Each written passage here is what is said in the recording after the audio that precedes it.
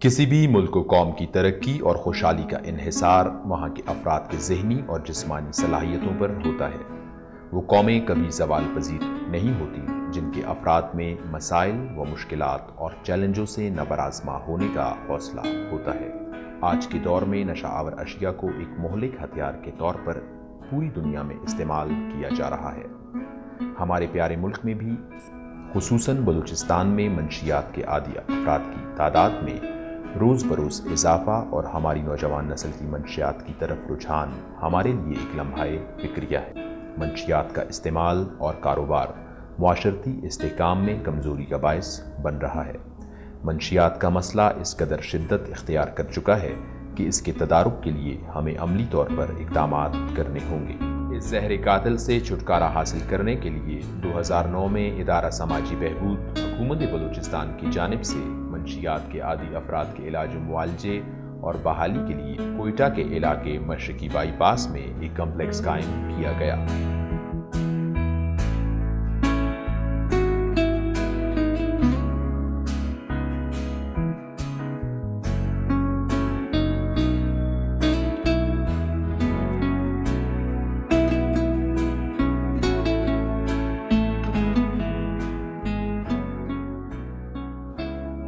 ادارہ 5.5 ایکڑ زمین پر قائم ہے اور اس وقت منشیات کے عادی افراد کے لیے 250 بستروں کی سہولت موجود ہے۔ یہ ادارہ علاج و معالجہ، نظم و ضبط اور صفائی کے حوالے سے اپنی منفرد حیثیت رکھتا ہے۔ محکمہ سماجی بہبود حکومت بلوچستان کا یہ ادارہ انتظامیہ کے سربراہ جناب جاوید بلوچ کی زیر نگرانی جدید سائنسی اصولوں اور پیشہ ورانہ مہارت کے ساتھ مریضوں کے علاج معالجے اور بحالی کے لیے خاطر خواہ اقدامات کر رہا ہے۔ یہاں پہ علاج اور مریضوں کی بحالی داخلے کا جو سسٹم ہے وہ تھارولی ایک سائنٹیفک لائن پہ ہم کرتے ہیں۔ یہاں پہ پہلے مریض آتے ہیں، ان کی جو ہے باقاعدہ رجسٹریشن ہوتی ہے۔ رجسٹریشن ہونے کے بعد پھر انہیں ہم ڈیٹ دیتے ہیں، ان کی ایک میڈیکل اسسمنٹ ہوتی ہے۔ میڈیکل اسسمنٹ میں ہم یہ دیکھتے ہیں کہ مریض کی جو اس سے باقاعدہ پوچھا جاتا ہے اس کے مسائل، پھر اکارڈنگلی ان مسائل کو مد نظر رکھ کر انہیں ٹیسٹ کے لیے کہا جاتا ہے۔ وہ ٹیسٹ مریض نے خود اپنے ذات سے کرنے ہوتے ہیں اور مریض کو 4 تصویریں مہیا کرنی ہوتی ہے۔ باقی جتنی تمام سہولتیں ہوتی ہیں وہ فری آف کاسٹ حکومت بلوچستان محکمہ سماجی بہبود کے تھرو یوٹیلائز ہوتی ہیں۔ وہاں پہ تمام ہم اسے سمپٹومیٹک ٹریٹمنٹ دیتے ہیں، میڈیسنز دیتے ہیں۔ ہمارے یہاں باقاعدہ ادارے کے اندر تمام فیسلٹیز اویلیبل ہے، سوئمنگ پول بھی ہے جہاں ہم مریضوں کو باتھ تھراپی کرواتے ہیں۔ اب یہاں پہ ضرورت اس بات کی ہوتی ہے کہ خاندان کے لوگ اس مریض کو اسی طرح جیسے ہم 2 مہینے تک پابند رکھتے ہیں، اب خاندان کے افراد کی ذمہ داری یہ بنتی ہے کہ مریض کو رسپیکٹ دے، مریض کو محبت دے، مریض کی جو ہے نا اس کانفیڈنس کو کہ اس اتنا زیادہ پیدا کرے کہ وہ خود محسوس کرے کہ میں اب ڈرگ فری ایک انسان ہوں اور معاشرے میں ایک بہتر اور صحت مندانہ کردار ادا کر سکتا ہوں۔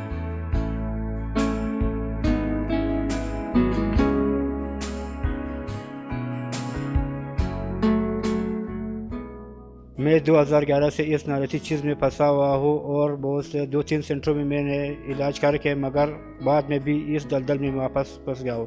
مگر ادھر آ کر میں نے بہت فرق پایا ہر لحاظ سے، اور دماغ ایسے کھلا ہوا ہے، ہر چیز کا فرق، اور ذلت کی زندگی سے اور عزت کی زندگی سے میں نے بہت فرق پایا درمیان میں۔ تو ماشاءاللہ یہاں ماحول بہت اچھا ہے، ماشاءاللہ ہاسپٹل والے جو ادارے والے بہت اچھے لوگ ہیں اور ہمارے بہت ماں باپ کی طرح ہم سے پیار کرتے ہیں۔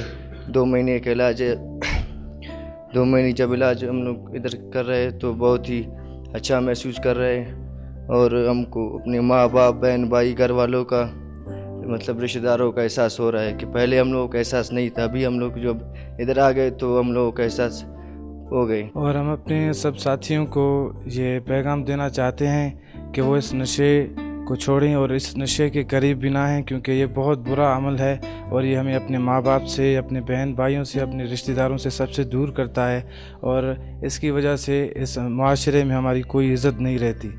تو پلیز اس نشے کو مت کیجیے گا اور اس نشے سے دور رہیے گا، آپ کی زندگی کے لیے اور آپ کی صحت کے لیے اور آپ کے لیے بہت اچھا رہے گا۔ ہم نے ایک اچھے ماحول کا سلیکشن کیا ہوا ہوتا ہے تو آپ نے بھی اپنے پریورٹیز میں، ترجیحات میں ایک اچھے ماں باپ کو اپنے لیے ایک ترجیح رکھنا ہوگا، تب جا کر یہ پہلا قدم ہی اٹھانا ہے کہ میں. ہمارے پاس جو مریض آتے ہیں وہ مختلف ایج کے آتے ہیں.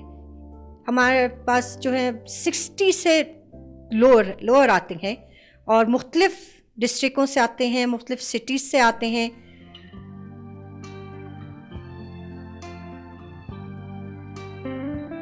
اس نشے میں ضلالت اور رسوائی اور گھر کی بربادی، تباہی، اور اچھے دوست، اچھے بہن بھائی سب ہمارے سے چھوٹ گئے اس نشے کی وجہ سے. جب سے اس اسپتال میں داخل ہوئے ہیں تو دل بہت ٹوٹا ہے اس نشے سے. اللہ ان اسپتال والوں کو خوش رکھے جنہوں نے ہمارے ماں باپ کی طرح خدمت کی ہے اور ہمیں ہر طرح کی سہولت دی ہے. یہاں 5 اسکل سکھاتے ہیں. وہ بھی مریض سے ہم پوچھتے ہیں کہ یہاں شو میکنگ ہم آپ کو سکھا رہے ہیں، ہم ٹیلرنگ سکھا رہے ہیں، الیکٹریشین کا کام سکھا رہے ہیں، کیننگ کا کام سکھا رہے ہیں. اور وہ مریض جو مڈل میٹرک ہے ان کو بیسک کمپیوٹر ہم سکھاتے ہیں. وہ مریض کی اپنی چوائس پہ ہوتی ہے کہ یہ پروفیشن ہم سلیکٹ کرتے ہیں. 2 مہینے تک باقاعدہ ان کو ہم یہ اسکل سکھاتے ہیں. اور اس کے علاوہ جو ہے نا پھر 2 مہینے کے بعد اس مریض کو جو ہے یہاں سے ڈسچارج کیا جاتا ہے. روزانہ کی بنیاد پہ مریضوں کی کاؤنسلنگ ہوتی ہے. کاؤنسلنگ ہمارے 2 سیکٹرز میں ہوتے ہیں، ایک انڈیویجول کاؤنسلنگ اور دوسری جو ہے گروپ کاؤنسلنگ ہوتی ہے. انڈیویجول کاؤنسلنگ میں ہم پیشنٹ کو جو ہے نا مطلب اس میں کانفیڈنس بلڈ کرتے ہیں، اسے جو ہے رہنمائی ہم پرووائڈ کرتے ہیں اور اسے منشیات کے مضر اثرات کے بارے میں بتاتے ہیں. مریض کے تمام ایشوز ان کی فیملی کے حوالے سے یہ تمام چیزوں کو ڈسکس کرتے ہیں. گروپ کاؤنسلنگ کے حوالے سے روزانہ ہماری لیکچرز ہوتے ہیں جس میں ریلیجس تھراپی ہوتی ہے. باقاعدہ ہمارے ادارے میں مفتی صاحب ہیں جو گریڈ 16 کے ہیں، وہ باقاعدہ روزانہ کی بنیاد پہ ہمارے لیکچرز وغیرہ کنڈکٹ ہوتے ہیں. اس کے علاوہ سائیکو تھراپی کے حوالے سے مریضوں کی جو ہے انڈیویجول اور گروپ فارمیشن میں جو ہے ان کی سائیکو تھراپی ہم کرتے ہیں. اس کے علاوہ جو ہے ادارے میں مختلف ریکریشنل اپرچونٹیز ہم نے اسٹیبلش کیے ہوئے ہیں جس میں خصوصی طور پہ یہاں پہ تاش، carrom board, ludo, library, cable بھی لگا ہوا ہے. لیکن یہ تمام چیزیں ایک ٹائم ٹیبل اور ایک اسکیجول کے مطابق چلتی ہیں. سب سے جو بہتر اور افیکٹو ہمارا جو یہاں پہ سیکنڈری ریہیبلیٹیشن میں جو ایک ایکٹیویٹی ہوتی ہے وہ صبح، یعنی یہاں 5 وقت مریض کی جو ہے باجماعت نماز ہوتی ہے. صبح کی جماعت پڑھنے کے بعد پھر 2 گھنٹے تک یہاں فزیکل ایکسرسائزز مریضوں کے ہم کرواتے ہیں.